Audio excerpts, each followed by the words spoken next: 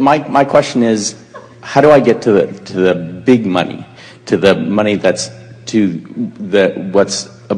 what is contained within? By diminishing the bigness of it. Okay, thank you. By acknowledging the simpleness of it.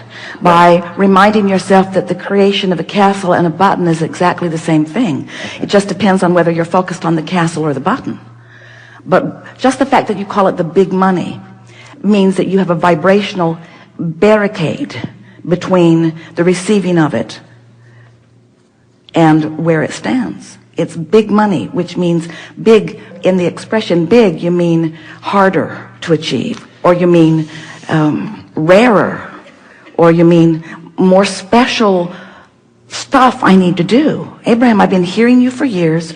I come with a couple of questions every year. You gave me the same answer, but I need a different answer this year because I want the big money, not just the money. I was laid off, and I admit now I'm not laid off. And that consistent smaller money has been coming, and I like it. Don't get me wrong, I like it just fine. I like it, but I really want that hard to get stuff. I really want to get that stuff that hardly anybody gets. I want that really hard to get stuff. So could we have a more private meeting where you where you don't tell us how to get the simple stuff, but where you tell us how to get the big stuff? So let's go behind the curtain. Right. We'll whisper in your ear. If you want the big. Right. We are making fun of you. We are. We're making fun of the idea that big things are more difficult to create. Big things are easier to create because you think about them more. Big things are easier to create because there's more life stream going to them. There's more attention from non-physical on them. But what trips you up in the big is that in the acknowledging that it's a big thing, you've got a bigger resistance. So you've just got to find a way of softening that resistance. What's big money anyway? Where you essentially can wake up and do whatever you particularly want to do in a given day. But here's the thing. If you can hear this, then you're off and running. If you can wake up every morning and think the thoughts you want to think, then nothing can keep you from anything.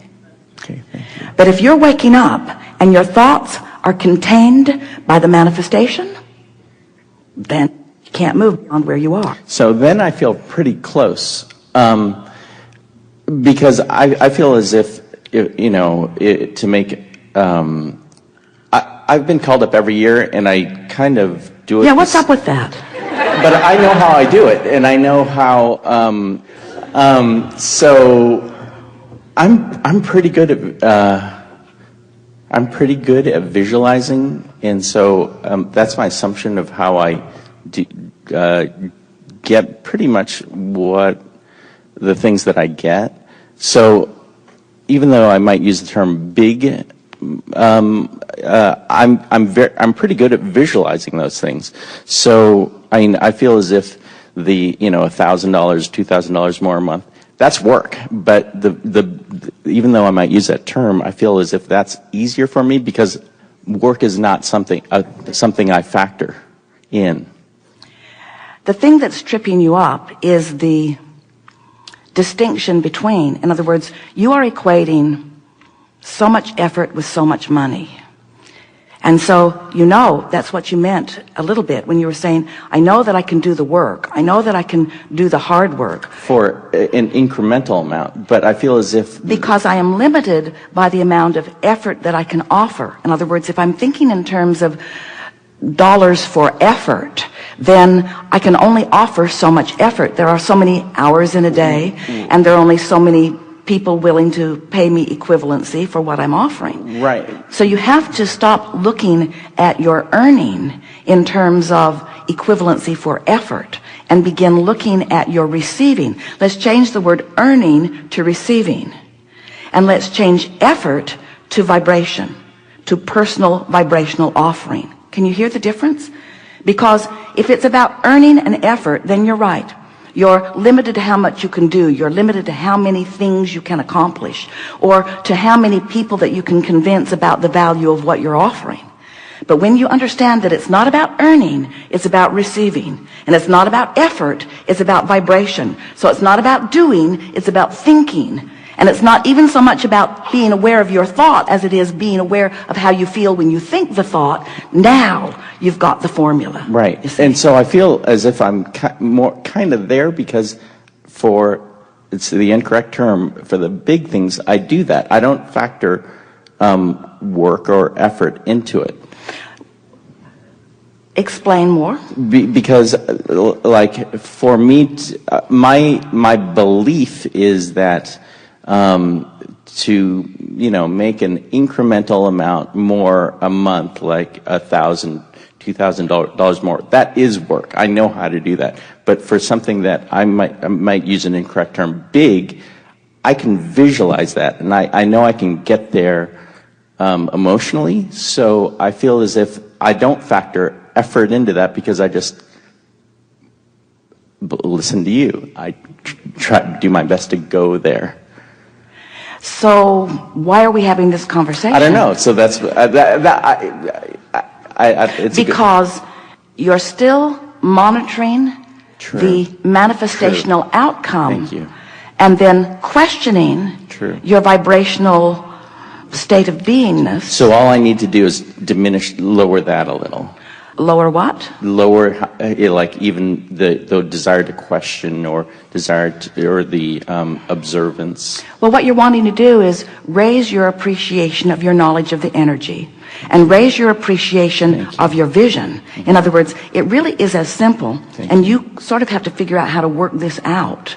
It really is as simple as, if your desire or dream, goal, if it pleases you when you think about it, then you're in the right vibrational stance.